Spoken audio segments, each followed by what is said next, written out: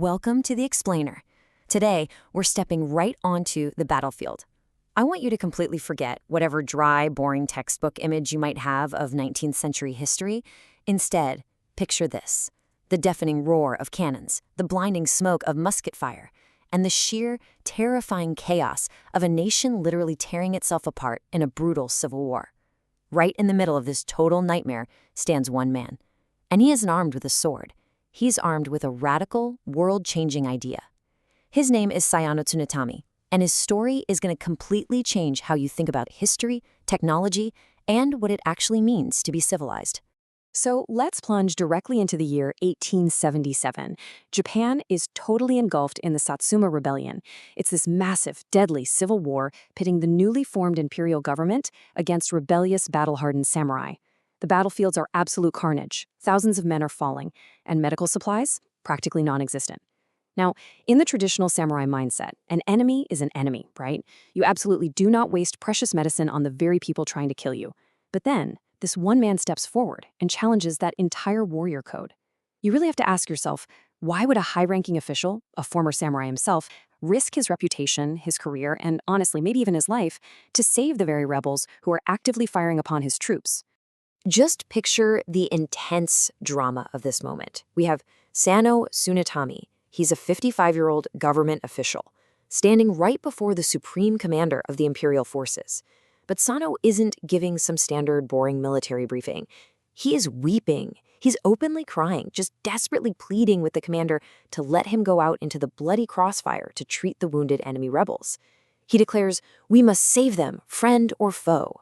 I mean, that is a shocking, totally unprecedented demand in the middle of a war zone. So to understand how this guy arrived at this exact moment, literally pleading for the lives of traitors with tears streaming down his face, we've got to jump back in time. We need to find out exactly who Sano Tsunetami really is. Chapter 1: The Samurai Scientist. To really appreciate the deeply emotional guy we just saw, you have to realize that Sano did not start his career as a peace activist at all. He started out as a brilliant, logic-driven tech pioneer. In modern terms, he was a total tech geek. He grew up in a period known as the Bakumatsu.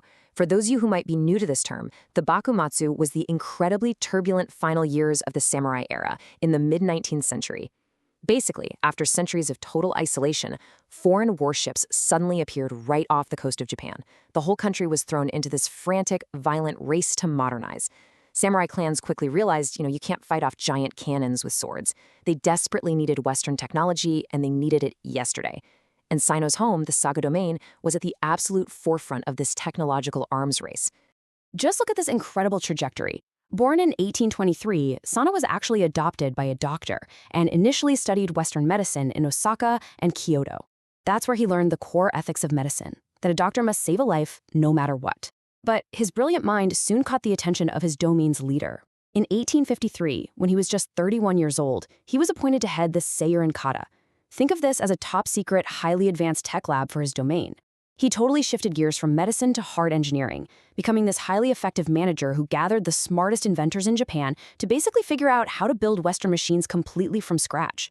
His resume is just staggering. Sano was overseeing the Mietsu Naval Dock, where he literally helped build Japan's very first practical, domestically produced steamboat, the Ryofumaru. He was developing telegraphy machines, figuring out how to cast these massive cannons. I mean, he was a man of steel, steam, and pure logic, dedicating his whole life to building the ultimate weapons of war to protect his country.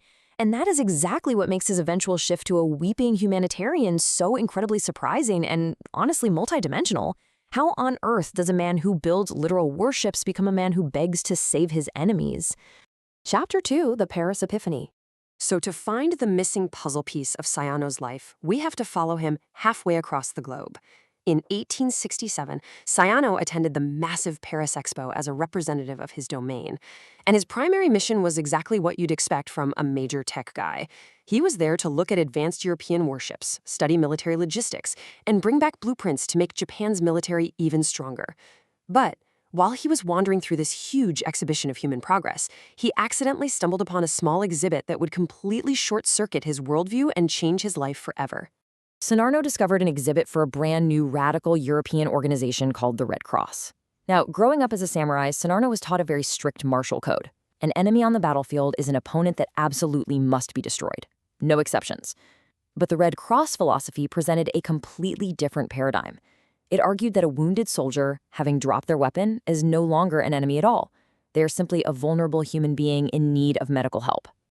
A wounded soldier is no longer a soldier. They are a human. This simple, incredibly powerful idea hit Samano like a lightning bolt. It suddenly awakened those medical ethics he had studied as a young man.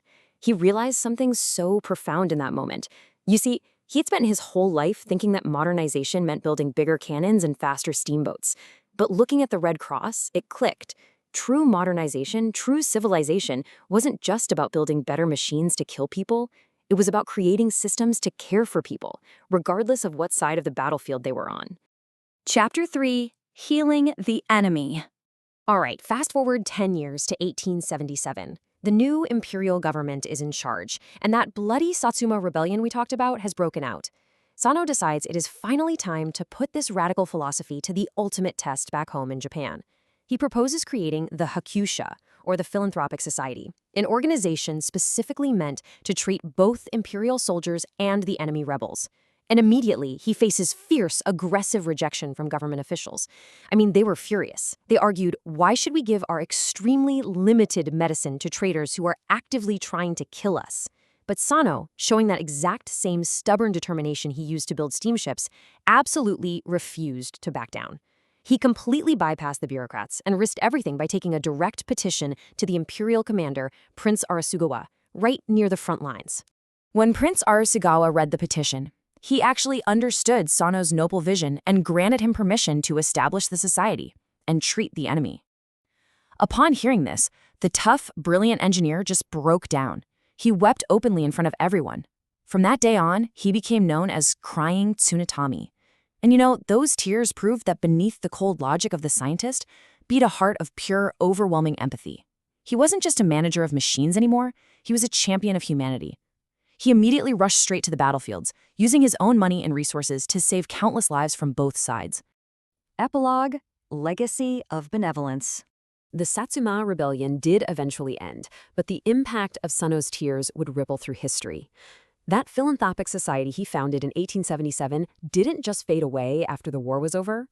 In 1887, exactly 10 years later, Sano successfully transformed the society into the Japanese Red Cross, and he became its very first president. Because of his relentless, amazing efforts, Japan actually became the first Asian nation to join the International Red Cross Network.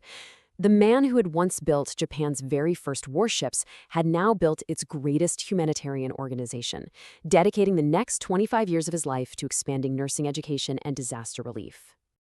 Now, listen to this quote from Sano in 1882. He told his society members, "When people talk about civilization, they only talk about having perfect laws or precise machines. I do not think that is all there is. I want to make the prosperity of organizations like the Red Cross the true proof of civilization." Coming from a guy who literally introduced those precise machines to Japan in the first place, this is just incredibly powerful. He realized that a nation's greatness isn't measured by the destructive power of its technology, but by the depth of its compassion. And that leaves us with a really provocative question for today. Sano Tsunetami lived through an era of explosive technological advancement, which, if you think about it, is not unlike our own world today with AI and rapid tech growth. He totally mastered the technology of his time, but he ultimately realized that without empathy, technology is empty. So I'm going to leave this question with you as we wrap up this explainer. In our fast-paced, tech-obsessed modern world, what does true civilization mean to you? Take a moment to really think about that. Thanks so much for joining me on this incredible journey through the life of Sano Tsunetomi. I'll catch you in the next one.